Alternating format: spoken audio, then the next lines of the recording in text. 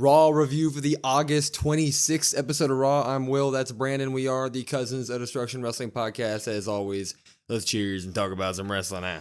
Yeah, let's cheers. Let's get into a good Raw. Before we get into this, we did no SmackDown review. Special congrats to Will getting married over the weekend. Lovely ceremony, lovely wedding. Yeah. But now we're into the real stuff. Back we're to back. The real world. Back to the real world. We're getting into Raw. Appreciate that. We started off with a Judgment Day segment. And hot and heavy as we start. Yes. Liv's in the ring. She's talking that smack to Rhea Ripley. She says that Rhea was selfish and delusional. And that is why she never saw the potential in Daddy Dom. And that is why Liv and Daddy Dom are now always and forever on top. And then Dom wants to speak, but the whole world didn't want him to speak because that man got booed out of the arena. Holy hell, that man's got heat. Yeah. One of the members in our Discord as well, Nico, had went to the show, and he had said that it was just as loud there as it was on TV. So that's always good to hear, man. Always good to hear. Anyway, he started to talk about how Liv has done more for him than anybody in the world, including beating his deadbeat dad. And of course, well, for the first time in a while, actually, when he mentioned his deadbeat dad came out. LWO, they come out there and they do a, where they're 4v4 standing across the ring for each other. And Ray throws some hate at Liv, and Liv goes, Daddy Dom, handle your deadbeat dad. And Ray's like, oh, I hope he would hit me. I hope you'd hit me because I'd slap that stupid mustache off your face. And Dom's like, I'd like to see you try that, you old man. And instead of Ray or Dom attacking each other, JD throws the first punch. And JD attacks. They all go into a scuffle.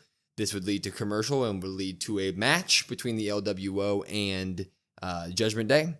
And this was highlighted by two main spots here. There was the LWO classic like slingshot, springboard, suicide crossbody that they launch one of their guys like 5 feet up in the air. Yeah, I think it's Cruz del Toro. He gets super high and super far. Yeah, he gets super far and takes out all of the Judgment Day on the outside. And then they would also do a spot where all 4 Judgment Day guys are on opposite sides of the ring. And these LWO guys would do a quadruple suicide dive over the top rope. Every single one of them would take a side and suicide dive onto the other. You love to see it because LWO doesn't get anything. Nope. And so, like, when you give them a little bit of time and they do this, it's like handshake. Good for you. You know? Yeah. I say Cruz del Toro. It might have been Joaquin Wilde on that. I don't really remember. Dragon Lee, maybe. No, I don't think it was him. But either way, I mean, I'm going to stick with Cruz del Toro. Yeah, that's my final answer. They don't get a lot of time. They don't get a lot of shine. But, like, it's really nice to see some, like, synchronized, coordinated tag team moves. I mean, who doesn't like that? And to see, like, a 4-person, like 1-1-1-1, suicide dives, just with the aerial shot too, just fantastic. The camera stuff. work was phenomenal. Yeah.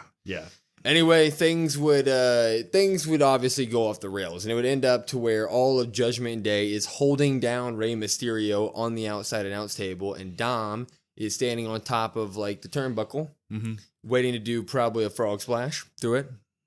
When Terror Twins music hits, they come running out. Damian and Rhea, they come storming out to the ring. They each take a side. Damian takes the right side and kind of clotheslines JD and Carlito, kind of takes them out. And then Rhea is chasing Liv because Liv talks all that smack constantly, but whenever she sees Rhea, she is just far away as possible, man. She's running for the hills. And Rhea gets a hold of her, throws her against the ring post heavy, throws her against the announce table. But inside the ring, Damian's going after Dom, but Damian kind of starts getting jumped by the Judgment Day, so Rhea kind of leaves Liv on the outside, goes into the ring, and when Rhea tries to help Damian, Liv jumps on her and stops her from doing anything, and in that meantime, Damian's not able to get his mitts on Dom or Finn. Dom, Finn roll out, and at that cue, Liv's like, yeah, I'm going to join y'all, so they go out, but poor JD and Carlito, they're left in that ring. And what happens? Damian Priest gives a South of Heaven to Carlito, and Rhea Ripley hits the Riptide on JD, who sells it like an absolute champ. That's a lot of head for Rhea to pick up. It really is. She's a strong woman. Anyway, we're going into Bash in Berlin, and the Terror Twins stand tall here. Pop all of this good stuff. Good. Yeah, I'm going to pop this as well. It was nice to see Rhea and I guess go after JD is how I should say it, because they've had some back and forth on social media. Yeah. Some of our community has said, hey, you guys should talk about that a little bit. They had some nice back and forth on social media, on Twitter, X, whatever you want to call it. So it was nice to kind of see that. I was like, oh, okay, that's really cool. I'm going to pop this as well. I do understand that Finn, Liv, and Dom all, took the cowardly way out. They run away and they sacrificed the two weakest links of the Judgment Day. It's just, again, that numbers game. Yeah. For me, it's like there's 5 of you and there's only 2. I get it. I get, faces stand tall and eventually Bash numbers game will catch up. But it's almost just like, why not do it all the time, Yeah. My problem with my bigger issue, I get the numbers game, and we've pointed that out before. Mm-hmm. I'm kind of tired of seeing Liv run away from Rhea constantly. Like, she talks all that smack, and I get that that's the heel thing, right? You talk and you talk and you talk and you do heelish things. You slip away, you attack from behind. But, like, at some point, we need our world champion to act like a world champion in some sort of way, especially when you have the numbers. You got 4 people there backing you up. So why do you feel like you need to run constantly? Yeah, I'm not really sure on that one. I guess maybe we'll see that she continues to maybe play this role, and then maybe we get a Bash, we get a return of somebody to maybe, a stronger woman, because you would think eventually Liv would stand up and, fight, but she continues to not. So maybe they introduce, like we've talked about before, maybe a Raquel, something like that. It's coming, but at the same time, it's just like the revenge tour started with her trying to be like a dominant in-ring superstar. Like she was like she would come after Becky, and she would, she destroyed Zelina Vega. Like she was being imposing, and now she just like constantly runs. And as much as I love her, like I need some toughness out of you. You know what I mean? Yeah, I get what you mean. It's just those 2 that you mentioned, Lives about the size. So it makes sense. But yeah, I completely understand your point as well. Anyway, we're moving on. Xavier Woods and Kofi Kingston are backstage, and they arrive in different color gear. Yeah, same gear, different colors. And they were being very passive-aggressive with one another in a happy way. They were like, you know what? The reason why we're so good is because we communicate with each other, and it's okay when we don't show up in the same gear. It's okay when we talk about things like you not tagging me last week, Kofi. And Kofi goes, yeah, but it's all in the past. We communicated. It's about tonight. We are both in separate Intercontinental tournament matches. So we have 2 opportunities to win. Mm-hmm. So that was looking forward to the night. And then Kathy Kelly is backstage with the Pure Fusion Collective. And what happens? Well, I guess it doesn't happen every time now. There was that one week that the streak was broken, but the Kathy Kelly curse. Yeah, the Kathy Kelly curse, except that one match. Yeah, Kathy, you don't want to be interviewed by Kathy Kelly. The one in the match. 26-1 or whatever it is. Yeah. It's Kathy Kelly. Yeah, they were basically just bragging about all the people they've injured, including Zelina Vega, including Dakota Kai, and they said the Damage Control is next because they have a match right now against Damage Control. Mm-hmm. And this was what we've seen a lot of, all right? So Sonya Deville would get involved in the outside right away because it was Shayna Baszler and Zoe Stark for PFC. They were the ones actually in the match taking on Io and Kairi. But almost right away, we did the whole ref distracted thing, and Sonya gets involved. So Sonya's getting involved here. But Io and Kairi Sane are phenomenal in the ring, and every time they're in the ring, they get their moments. Yes. They were doing the whole Shayna and Zoe are more the power couple here, while Io and Kairi are the high flyers, except, of course, when Zoe Stark does your favorite move. I love that springboard dropkick. I don't know why. Like I said, I think when we watch it, she hits a missile dropkick better than anybody. She throws that, and it's you know who it reminds me of? It reminds me of like a 2001 like Chris Jericho dropkick. I forgot about that. Like when he used to throw that. Well, he used to kick and like launch himself off of him and then kind of roll out of it. Yeah, I kind of see her do that sometimes, not to the same full effect, but that's like kind of what it reminds me of. I love it. I don't know why. Oh, Zoe Stark's on the same level as Chris Jericho. I get it. Anyway, she's gonna make the list. Randomly, no, he's a giving tree now, or the learning tree. The bathroom lines get longer and longer. Anyway, Zelina Vega shows up because they were talking smack on Zelina Vega, right? So she comes and assaults Sonya Deville. Yes. And the camera didn't really do justice here because when she did it, you couldn't tell in the ring how her attacking Sonya would affect the match, but it somehow did. And Kairi Sane and Io Sky ended up, they're both on the top turnbuckle, the same turnbuckle. Shayna Baszler's outside the ring. Zoe Stark's laying perfectly in the middle of the mat in the ring. Kairi Sane, insane elbow to Zoe Stark inside the ring. Io Sky over the moonsault to Shayna Baszler outside the ring. 1, 2, 3. Damage Control gets the win here with the help of Zelina Vega. Kairi Sane and Io Sky look great, but I'm going to drop this. I'm not gonna like hard drop it and say this was like bad. It just it officially we're at the point where I feel like this is just deja vu week in, week out. Like I'm seeing it. And Io Sky and Kairi Sane are kind of just like bright stars in the middle of this deja vu. Yeah, I agree 100% with that part of it. I hope, and side note here, as we always do, in the next 2K game, they do a tag team finisher where like one person is on the turnbuckle and the next person's on like the post. Yeah. Like they do here because like it looks so cool when they do that. It's sick. As for this match, Damage Control, or I can't remember what they used to be before when they were like a tag team, but they're Kabuki Warriors. That's what it is. Yeah. They are phenomenal. They're fantastic. My first thought was after watching this, like they need to be in a feud for the tag belts. Just have them go off. And let Dakota go. Yeah. Just do that. Best of both worlds. As for the PFC stuff, it's getting muddled. We were somewhat supportive there, and then it seems to kind of be going downhill. Huge Sonya Deville fan. Yeah, as far as it's like the more it progresses in terms of week to week, the more it declines in our view. It just feels like they had the idea of like them being school bullies. Yeah. And with no path. Yeah, and then the whole Zelina Vega thing with the interference, like it didn't make, you said the camera didn't do it justice or whatever. It just made no sense. Like it was just like, okay, well that's our manager, like our friend, whatever, but like we're in a match, so it has nothing to do with us. And it's Zelina Vega, I admittedly am not a huge fan. And next week we get Shayna Baszler versus her. So that whole thing. She attacked Sonya Deville. Why is she fighting Shayna Baszler? Anyway, are you popping or dropping this? I gotta drop it. Yeah, unfortunately. We would get a Uncle Howdy tape because later on tonight he is making his debut, in-ring debut, and he would call Chad Gable. He would actually say Chad's name. No more beating around the bush on that one. He'd say, "You are a false prophet." He says, "You are not leading a family. Chad, we have given you chance after chance, yet you refuse to remove the scales from your eyes. And we must remove your head to wash away the sins of the wicked. This is a purge. There you are." Good stuff there.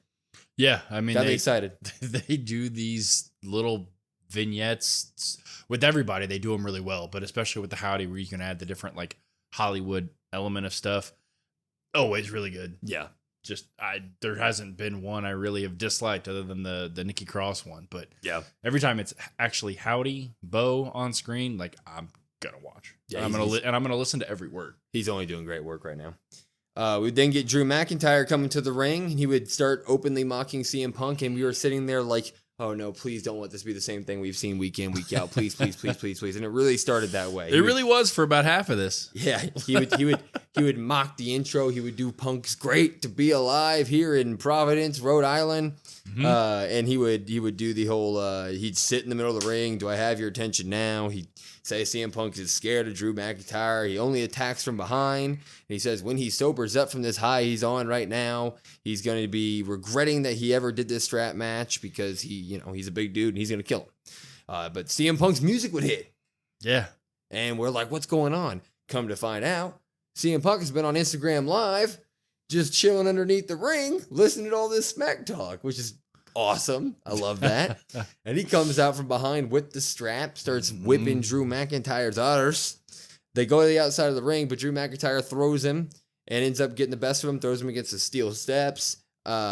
He would throw him onto the announce table, then he would get the whip, and he would go for the whip, but CM Punk would flip him over onto the announce table. He would start whipping Drew's ass, and Drew would run into the crowd. The security would come out, and Punk would start whipping them too. Yeah.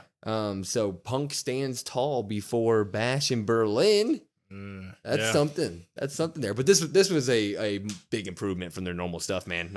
I gotta pop that. Yeah, I'm gonna pop this as well. We've been asking for more physical activity with these two. We got that. I thought it was interesting that Punk did attack from behind again, just as Drew said. He only attacks from behind. He does it yet again. Uses the strap and, like you said, gets some swings on him. Starts taking out the security guards. It was nice to see more of like an assertive aggressiveness from Punk that we don't normally see. Drew retreating is interesting because he's the big warrior, right? Yeah, he doesn't really retreat. Yeah, which kind of I don't know what I'm going to think now, because I thought Punk was for sure winning at Bash, but everything is pointing to me is like Drew's going to win, but then that would be the end of it, which might be a good thing because a lot of people are drawing tired of this. What if they do it to where it's like Punk loses the match, but he gets the wristband or something, and so like he takes that as like the win, something in that sort of way. I wouldn't be surprised. You can't have Punk lose too much if you want to put him into the title scene at some point. No, you can't have him lose, which is, the go home logic would say that he's losing, but like I know sometimes they swerve people and they do the opposite. But again, the concept of a strap match, it's really hard for me to sit here and think Punk, Drew, line them up against each other. Who am I picking? Yeah. I'm not picking Punk. I am picking Punk because of the story, but like you look at him physically. That's the fun of wrestling, though. That's the fun of wrestling. But this one, more than anything, I feel like is more of like an assertive dominance. It's really me, damn it. Anyway, we would cut to Jey Uso, who is up in the crowd. He refuses to use the entrance ramp. Absolutely refuses. When you're that over, you can do whatever you want. Yeah. His daddy has not been happy with the way things are going, but I swear his paycheck tonight looked pretty good because there was a lot of people wearing Jey Uso stuff and a lot of people yeeting out in the crowd. And a lot of sunglasses. But he's coming to the ring because he is a part of the first Intercontinental title tournament, which we're doing the King of the Ring method here. We're doing 3-man matches, triple threat matches, and we're going to have Jey Uso taking on Kofi Kingston and Karrion Kross. So right then and there, we were like, well. Yeah, we know who's winning this one. One guy isn't a part of a storyline right now. The other two are. Anyway, at the very beginning, logic made sense. Kofi would attack Karrion Kross, and Jey Uso was like, that guy has been kind of bad lately, so let's just team up for a moment here. They would stomp a mud hole in the corner with Karrion Kross until Jey snuck up and tried to get a roll up on Kofi Kingston, and things got going. Kofi Kingston actually got a lot of offense in here. He would do the suicide dive on the top rope to the outside of the ring to both of them. He would do a lot of acrobatic crap throughout the match. Yeah. Good stuff to see. Yeah, it's nice to see Kofi kind of in like a singles action again. Yeah. Jey Uso would, of course, do his comeback moves here. He would do the spit in the hand with the dance moves. We are very white. And then he would do the... He'd have both guys in the corner where he would try to do his running butt thing where and he gets Kofi with it, but goes for Karrion Kross. Karrion Kross would clothesline him. And then while they were feuding, Kofi would go for Trouble in Paradise to Kross, but miss and hit Jey Uso right in the mouth, right in the kisser. Right in the kisser. And Karrion Kross would put Kofi in a clover leaf submission here. But of course, Jey would break the submission up because not even ropes can break submissions in a triple threat match. Correct. Jey Uso would end up spearing Karrion Kross, hitting the Uso splash after throwing Kofi Kingston out of the ring. Jey Uso gets the win here. Fun match. Right guy won. Pop. Are you popping it? Oh, you gotta pop that. It was a fun match. I'm dropping this one. What are you dropping? I'm dropping this one because, well, I guess from the beginning, like we said, it's very obvious who's going to win. Yeah. And so it's like, okay, well, Jay's winning. Let's see how we get here. As much as I hate the Karrion Kross, Kofi, Xavier thing, I feel like we didn't get just anything. It was just two guys in a ring. See, that was the best part to me. Because I thought for sure we were going to get an Odyssey Jones run out or Xavier Woods. But I was like, please, that part's going to be awful. And then it didn't happen. And I was like, yeah, good. And we've been wanting Kross to get more like solo time. But I guess even like it would have been more so for like Kross or Kofi in this match. For me, like no trash talk, it just felt like no acknowledgement. Yeah, no acknowledgement of that. And then as for the Intercontinental like tournament, like Jay's going to win. Like you said, right guy did win here, but I mean, I know he's not going to win the tournament. Yeah, how do we feel about Jay in the IC tournament as a whole? I don't think. I mean, he's not going to win it. So he's there to pop What the match. What if Jay wins this IC tournament and then just loses to Braun Breaker? Like what? Then are we at the point where it's like, okay, WWE, what are you doing? But then where would you want to see Jay anyways? Because if he's not in the IC tourney, like what story do you want him involved with? It's like he really is in limbo here. We keep saying it, but like, what do you want to do with him? Yeah, I mean, you say like if he wins the tournament but loses the match, well then like he still didn't win anything to me, right? So it's like, well, it's still the same thing. Like he can't be main event Jey Uso still, as he wants to call himself that, as he did a couple weeks ago.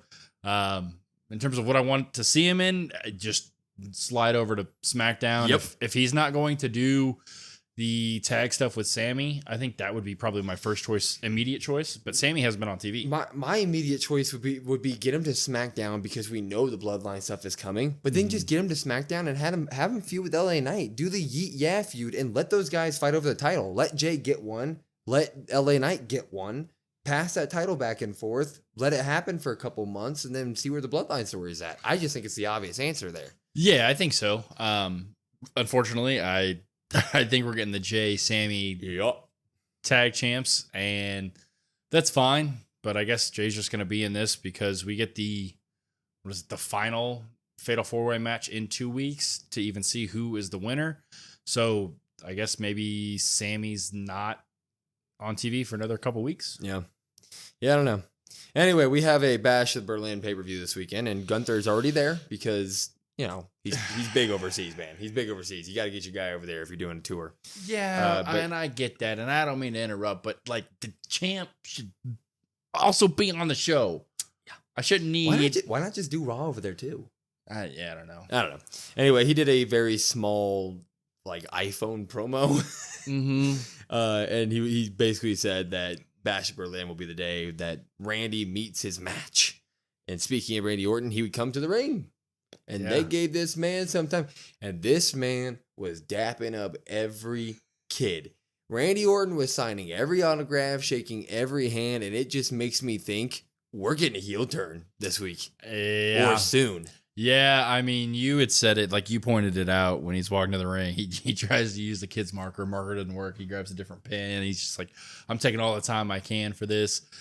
He's going to turn. It's going to be soon. I mean, all his entire promo was basically, I love you, crowd. You've been there for me forever. Like, come on, man. Don't do it to me. You know what's coming. I think we're going to get a Randy loss that pisses him off, and then he's going to go try to screw over Cody or Kevin or both of them. Yeah, maybe he just RKOs both of them or something. I don't know. In the show with him just posing. Yeah, and he just poses. Orton must pose. In terms of the promo itself for this, I just felt like I liked the promo. Yeah. I thought it was just too long for me. Yeah, I'll get into it. So basically he comes in thanking all the fans. Says that the support, it only took us 15 years to start singing his music. And he's talking about how the World Heavyweight Championship is his favorite title, how he won it, he's the youngest World Heavyweight Champion ever. He retired the belt, which I think is factually wrong, but somebody will probably know better than me. I thought Brock Lesnar retired it. But he was talking about how Gunther has the hometown advantage, and he's a living legend over there is what they call him. But he talks about how we have watched him grow up, and we know that he doesn't back down from anything. And he says that Gunther talks about my demons. Well, guess what? I've beaten my demons, just like how I'm going to beat you at Bash in Berlin.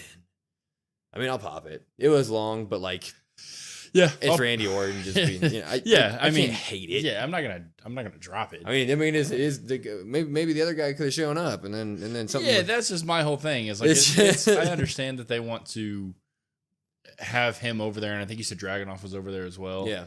So I get it, but at the same time, for me, it's like if you want these B pay-per-views to feel important, your champ that has a match at it should be on the go home show. No, you're crazy. Right before that. You're crazy. I don't know what you're talking about. And for people that want to criticize Gunther, like he wasn't like, I understand his ring work. Some people may not like that style.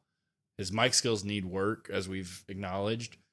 He was off TV after winning the King of the Ring. He hasn't been on TV a ton. You're talking about this, and it makes me think, like, let's talk about the build-up for this Randy Orton-Gunther match. So far, Gunther has not touched this man, and Orton's gotten 2 RKOs off on him. Is it 2? Yeah, he got one. He got one after Raw last week. Oh, okay. So, what are we? There's no rivalry here. It's just been Gunther talking a little smack on the mic, but getting smacked when it comes down to the fight. And now we're strolling into Bash. What more do I need to say? Like, that's what I mean. Like I said, originally when the feud started, when Orton's music hit, when Gunther had that promo, announcing himself as the champion, we were like, okay, yeah, this is gonna be great. And it's kind of really fallen flat for me. Yeah, they needed to do some more with Gunther here for his first go around. Or they could have at least, like, I know Kaiser's. It's in a weird spot because I know Kaiser's back, but like before Kaiser's injury, he was like, I'm not Gunther's sidekick, but then he came back and then he was Gunther's sidekick to announce him. But then, like, if Gunther needs work on the mic, maybe you still have him paired with Kaiser somehow. Yeah, like, it's a whole weird thing. I don't know. Anyway, we move it on. Unholy Union had a promo, and they were talking about how Jade and Bianca, they get all the interviews and the hype and the love, but they don't have the championship belts. Unholy Union does, and at Bash, they're going to prove all they deserve it. That means they're dropping the belts. Yeah, that's not a conversation. We're going to get Braun, and then highlight of the night. Oh, no. What? Yeah, no, I would take this over the final thing. Braun Strowman, Bronson Reed. Okay, yeah, I was jumping way ahead. Okay. They were 2 big men ready to slap each other. And everybody was going into this match, everybody around was just like, this could either just be 2 guys just doing nothing but making it look painful, or it could be awesome. And it was awesome. Immediately, Braun Strowman would set the tone for the night. He would drop kick Bronson Reed to start. Like, Braun Strowman would jump up and drop kick this man to start the match. It's like right then and there. It's like, yep, this is what we're doing. And Bronson Reed would do his like bowling ball roll into him. Mm-hmm. Just athleticism out the ass from both these guys. Braun Strowman would do like a running cross body. Yeah. Yeah. And then, I didn't know he had that in him, but then Bronson Reed would get to the second rope and do a cross body right back. I was like, okay, these men, they came to play. They came to play. And then capitalized by a suicide dive through the middle rope from Bronson Reed to Braun Strowman. Mm-hmm. How does he fit through the ropes? I don't know. Magician Have you seen that TikTok video of that one guy that goes through that hula hoop? Yeah. Yeah, it was like that. Yeah, it was exactly like that. Yeah. He would go for a tsunami, but then Braun Strowman would get up real quick and grab him and just fucking throw him off the top. Yeah. Yeah. Ate it perfectly. Yeah. Absolutely nailed perfectly. It. And when they started after that, Bronson Reed would just like roll out of the ring. He was like, screw this, I'm done, I don't need this. He'd start rocking up the ramp, and Braun Strowman's just chugging up the ramp and just clotheslines him in the back of the noggin. As much as I will say, as much as I liked Corey Graves and Cole back together, I would have really liked McAfee to be there just for this. Oh my God, that's one big son of a, and then just like a clothesline. How many times would Pat McAfee have said "son of a bitch" this match? Like 100. Shout out to Graves and Michael Cole. They did great. I love this pair together. Yeah, but Bronson Reed would get him up, throw Braun Strowman into the stage screen, and then like jump on him on the stage screen. Mm-hmm. I thought he was going to go through it. Yeah, we definitely thought, okay, they're going through this like LED screen. But Strowman would fall, and so Bronson Reed's like, nope, screw this, I'm still done. Would walk through Gorilla, and he would kind of hear Strowman behind him, so he would go through the curtain past Gorilla into the garage and pick up a trash can, and the second Strowman walked through, he just chucked it at him like it was WWE 2K. Hit him very right WWE square 2K. In the face. And the fight would just spill into the parking lot. On the way out, there were a couple of security guards where Braun Strowman just decided to kill them. Yeah, future WWE champions right there. Yeah. He threw one to like a road case. It launched him. He chokeslammed that one guy through the catering table. He was 8 feet high in the air. Oh, dude, it was so awesome. They would go, there was one car out there. It was like a Cadillac or something. It was nice. And Braun Strowman would choke slam Bronson Reed onto the hood of it, and then you'd go and there was like the stage equipment, like giant pipes put together the stage, and you'd pick one up and throw it at Bronson Reed, but obviously he didn't feel like dying today, so he rolled out of the way, and Braun Strowman would run up to him and shoulder tackle him over the hood. Yeah, Bronson takes that like backdrop where he like lands on his neck on the cement. Like, so if a car is what? A car is like 4.5 feet tall or something like that. I don't even know, but Cars are like that, that tall. And there was a big ledge above the car, about 10 feet in the air. And then there were boxes leading up to the ledge like it was freaking Mario. Mm-hmm. And of course, these guys climb those boxes. Yeah. And Bronson Reed finds a pipe, bashes it over the head of Braun Strowman. And hits him on the back again, like just throwing it heavy. You know? And so Strowman falls on top of the car, like on top of the car, not the hood, the top of the car. Mm-hmm. And Bronson Reed, big old butt, gets on top of this ledge. It's like 8-10 feet in the air, tsunamis him through the car. Bronson Reed jumps off the ledge and tsunamis Braun Strowman through the car. All the glass shatters like it's a freaking movie. Super cool. It was freaking amazing. I mean, just the best thing of the night. I loved every second of this. Pop. So you're popping it. There we go. Yeah, I gotta pop this as well. As somebody who, in our video that we did that nobody really watched, I talked about backstage brawls, and I said, "Bring them back. Yeah, I want to see one." Yeah. This was obviously just a singles match that turned into a backstage brawl, and that's why I wanted to see it, because of stuff like that. Yeah, it was that old classic, just ridiculous WWE shenanigans we don't get anymore, where it's like, oh, he's dead. Like it's great. It's great. Yeah, I mean, they did that to Ricochet, obviously, but Ricochet was leaving the company. So it's like, you look at this match beforehand and you're like, God, these are two big dudes. Like, how are they going to keep the momentum for Bronson Reed? Because he's been putting people out. I don't know who came up with this. I'm going to assume Michael P.S. Hayes probably, or maybe Abyss, one of the two. Maybe Jason Jordan. But whoever came up with this backstage, props to that person. I officially need to see more of this. I want more Braun Strowman versus Bronson Reed, which is not something I ever thought I would say, man. Props to both of them. Big guys slapping man meat. We love to see it. And just like you said, the visual, like Bronson Reed posing, it's not to the same level, but it reminded me of the Rikishi, like Hell in the Cell, where he climbs on the cell and he like looks at the camera and he jumps off the cell. Oh, yeah. It kind of reminds me of that, because like he's That's on top and he's posing, and you get this great shot of him, and then just. Well, it reminded me of Austin filling the cement in the car and all the windows go at the same time. Yeah. We'll move it on. I could talk about that all night. It's that good. Yeah. It's that good. Yeah. We get the second IC tourney match. It was Miz, Pete Dunne, Xavier Woods, and I'm going, please don't let the Miz lose. This is his title. It's his title, and he's one away from the tie. But what do you know? But this was a fun match. Miz and Woods would team up early on Pete Dunne. Dunne would return the favor by doing like a double hand stomp to both of them. He'd do that a couple times throughout the match. Mm-hmm. He is the bruiserweight. That's what they always say. Mm-hmm. Everybody would get their 15 seconds of fame here. And Miz got a lot of time to shine as a single competitor, and he did great. And that's always good to see from me. The middle of the match was carried heavy between Xavier Woods and Pete Dunne. Mm-hmm. They, a bunch of good stuff from them. Woods powerful this match, a lot of suplexes, a lot of carries. Yeah. Good for him. If I had to pick one of the guys to be like the stronger of the three, I would have picked Pete Dunne. But Woods is jacked. Woods is jacked, and he showed it. I mean, he was did doing all the muscle stuff. He did the Cesaro swing to Pete Dunne. He did the swings. I think he only got to 10, but still, super impressive. He was dizzy afterward.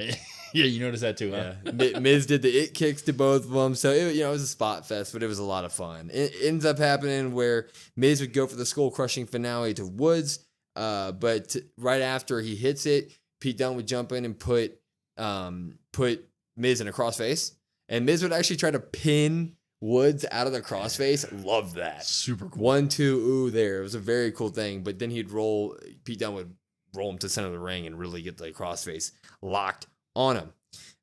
Woods would break it, throw Pete Dunne out, hit an elbow onto Miz. 1, 2, Pete Dunne pulls the ref out of the ring. Pete Dunne jumps into the ring. He kicks Woods, hits his finisher. 1, 2, 3, Pete Dunne will move on. Gets the win here.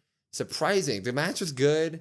I'm not too excited about Pete Dunne winning it. I like Pete Dunne, but I think that now, what is any of this Xavier Woods story for? I'm sorry, I will pop this because it was fun, but that's my takeaway, though. Yeah, exactly. It seems like, I don't know. He should have. I don't know. I don't know what they're doing with that whole thing. Yeah, but it's weird again because the only person that's in a storyline, like the whole storyline that they had in the 2 triple threat matches tonight didn't really come through, and they both lost. Yeah. All 3 of them lost, I guess. So it's just kind of like a weird dynamic there. As for this match, fun match. I would like to see the Miz go on, but then I think that they're just stacking this Fatal 4-Way. Yeah. I mean, you look at the 2 matches next week. They obviously have to have Jay because Jay's so over. Pete Dunne can go. I think Dragunov's in a match, and you have Bronson Reed in a match. You've got Kaiser in a match. Like the people that are in the matches next week, Dom. Yeah. Like the people that are in those matches next week, like they're workhorses, and we talk about them every single week, how great they are. And that Fatal 4-Way is going to be phenomenal. Pete Dunne's obviously not going to win it, but pop or drop it. I'm going to pop it. Good. It was fun. Yeah, it was a good match. Good. Couple stuff here, and then we get to our main event. We got Braun Breaker talking to Kathy Redman, basically saying that Jey Uso and Pete Dunne are great competitors, but like Jay's family's never beat his family at anything. It's a cool little line, and that any guy who wins the tournament, the worst is yet to come to them. He's basically just saying he's a dog. Oof, oof. I guess that is a fair point. Like, so whoever wins this, like they're not taking the title off Braun, right? No. So we're just having the tournament to have the tournament. Like a bunch of fun triple threat matches. Yeah, filler on Raw, I guess. And then just to feed them. Yeah, just to feed them. Gable, American Made promo. He's pumping iron with American Made. He says, "You call me a false prophet, yet I know who you are. You're just an ordinary guy, Bo Dallas." But he'd say, "Me? I'm a genius, a master, an Olympian. Chad Gable is American Made." You love to be in a Ford commercial. You love these, like, dude, Chad Gable. I can't get enough Chad Gable. I think he is freaking hilarious. I love every second of it. Even when he's being serious, like tonight, he's like, "I'm a genius," like, and you're just hilarious. Cracking up. I think it's so funny. It's so good. Terror Twins promo. They'd say, "You think you call us the bad guys? Damn right, we're the bad guys, and we're gonna show you that at Bash. We're gonna make you the victims." And then he makes Rhea say something in Spanish, and then he translates it. Damien, he translates it to, "We're your devils, and we're coming for you." You know, I love Damian Priest. I'm not feeling the Terror Twins. You're not the only one, huh? I love Damien, and I love Rhea. But for some reason, the Terror Twins thing, I think it's just because they're so dominant. Like, they just kind of throw Judgment Day around to the point where it's like, there's no substance there. It's just like, oh, you guys are going to run out here and beat them up again. That's kind of how I feel. Yeah, I don't know what it is for me. Last week in the promo, I think I dropped a promo, or maybe we didn't pop or drop it, but I had talked about how I didn't like it. Yeah. And this week for me, the same thing happened. Like, I see what you're saying. I get what you're saying, but there's something about it that I just can't get behind. I don't know if it's just because there's 2 of them, or it kind of, I know they've been like paired before, but it almost seems like a weird pairing or a weird time.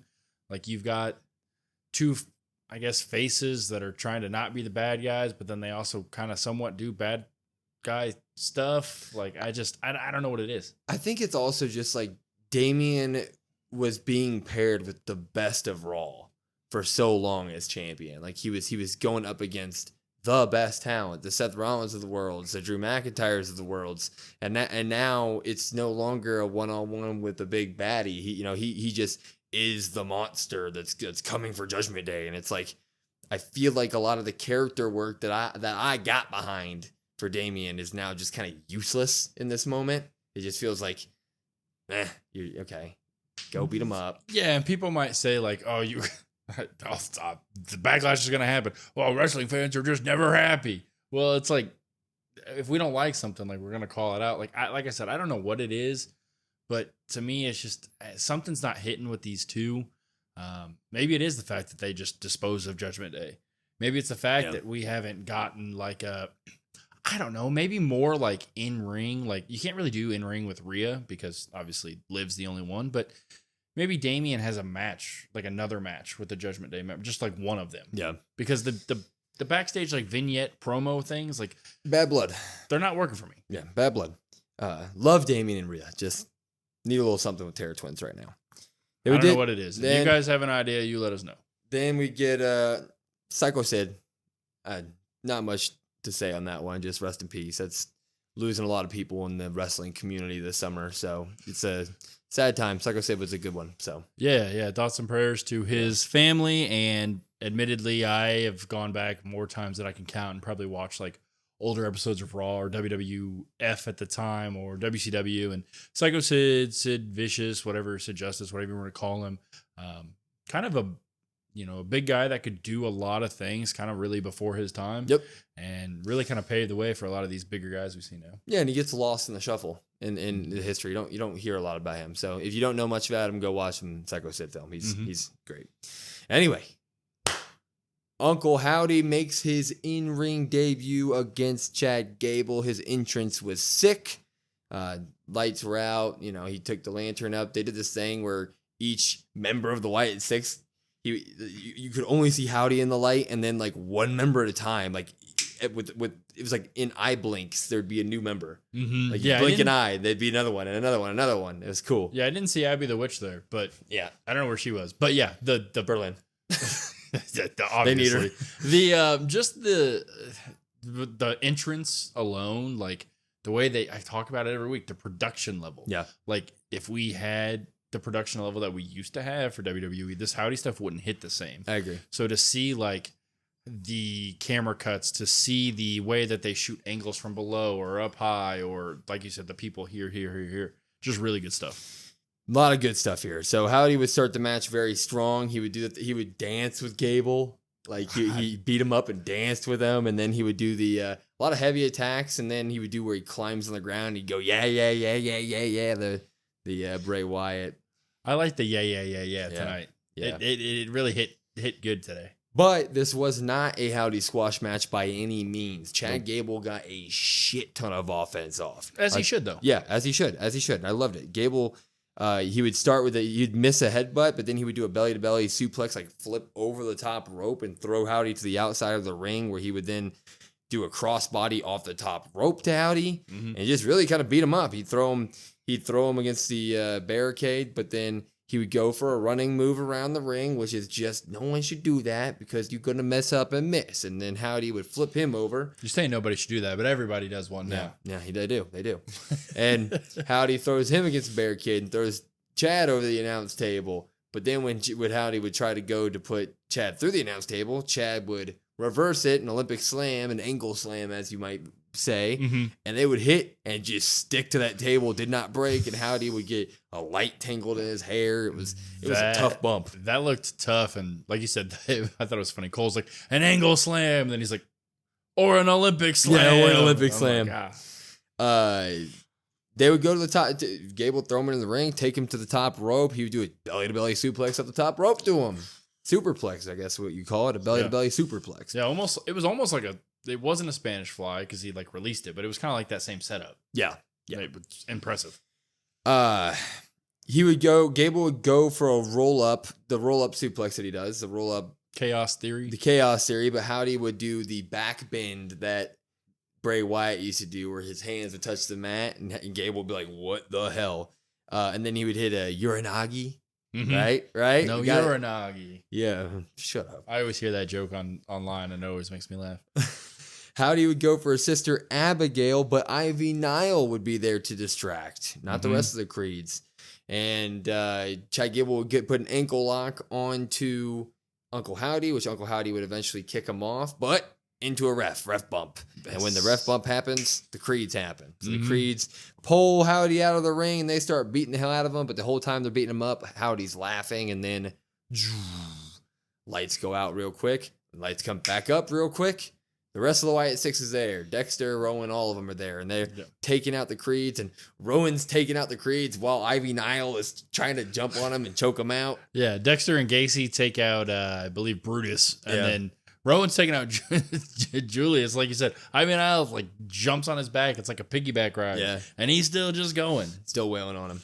And when this happens, Gable, so the Creeds and the Wyatt Six, they all go through the crowd. They're out of there. And Gable tries to get Howdy into the ring, but Howdy immediately reverses a move on the inside of the ring, hits the sister Abigail onto Gable, and 1, 2, 3, Uncle Howdy wins his debut.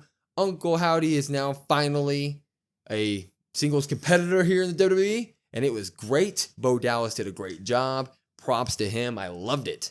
Pop. Yeah, I'm going to pop this as well. As if it wasn't for the Bronson Reed stealing the show, this would have been the best moment of the night. Yeah. Bo did a really good job of having Bray's mannerisms still. Yes. Like the yeah, the back bend, the people are going to say, well, he didn't get all the way down. I don't care. I don't know how Bray ever did that. Yeah. So, I mean, just the little subtle stuff. He had the glove that was made from like the Fiend. Old costume Yeah. pants or something. The gauntlet is what they called it. Yeah. So like just all that stuff. And then, so not only did he have the character work in the ring that I thought really shined through at points, he looked really good in the ring. No, he looked great. This was a huge step up for Bo Dallas, man. Huge. Yeah. Yeah. For somebody that I couldn't tell you the last time Bo Dallas wrestled. I mean, I'm sure it was with the B team with Curtis Axel years ago, a tag team match of some sort. The fact that he went out there and the first time, like I said, in years and did as well as he did, props to him and props to Gable, because Gable deserves a huge round of applause as well for this, because if it wasn't for Gable, like Howdy, I don't think Howdy would look as good. Howdy wouldn't resonate with us as well as he was if it wasn't for Gable. 100%. I mean, everything you said was completely true. Howdy's combination of utilizing some of Bray's moves and keeping that character alive while also reinventing he reinvented and made his own stuff. It was just perfect. And then, like you said, Gable can make anybody look good. So this was just a pairing in heaven. And it was the best version of, I think, I could have imagined for a debut for Howdy on Raw, singles wise. I think it was perfect. Yeah. I mean, they hit a home run with this, I think. I mean, we were a little bit nervous as much as we had really liked the Howdy stuff, and I'm sure a lot of people have. I've seen some people kind of push back on it, but most people like it.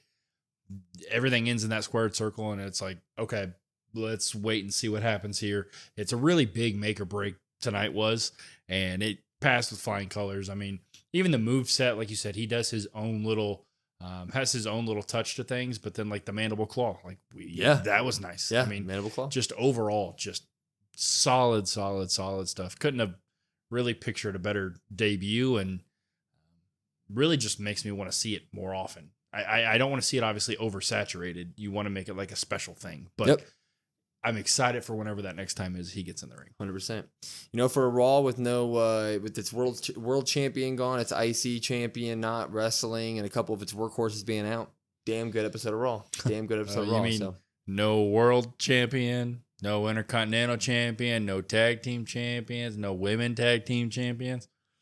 Yeah, it was pretty good. Pop. Pop. It was a good episode. Looking forward to Bash in Berlin. We got a lot of Bash in Berlin content coming up. We're gonna do our predictions, our what if. So be looking out for that. And of course, we'll see you for SmackDown, because I don't have a wedding this weekend. So should be pretty good. If he does, we're in trouble. Yeah, they better be in trouble.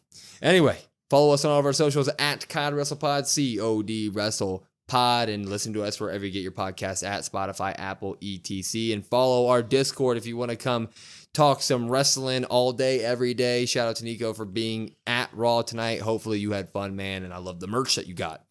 Anyway, I'm Will. That's Brandon. We are the Cousins of Destruction Wrestling Podcast. We will see you next time.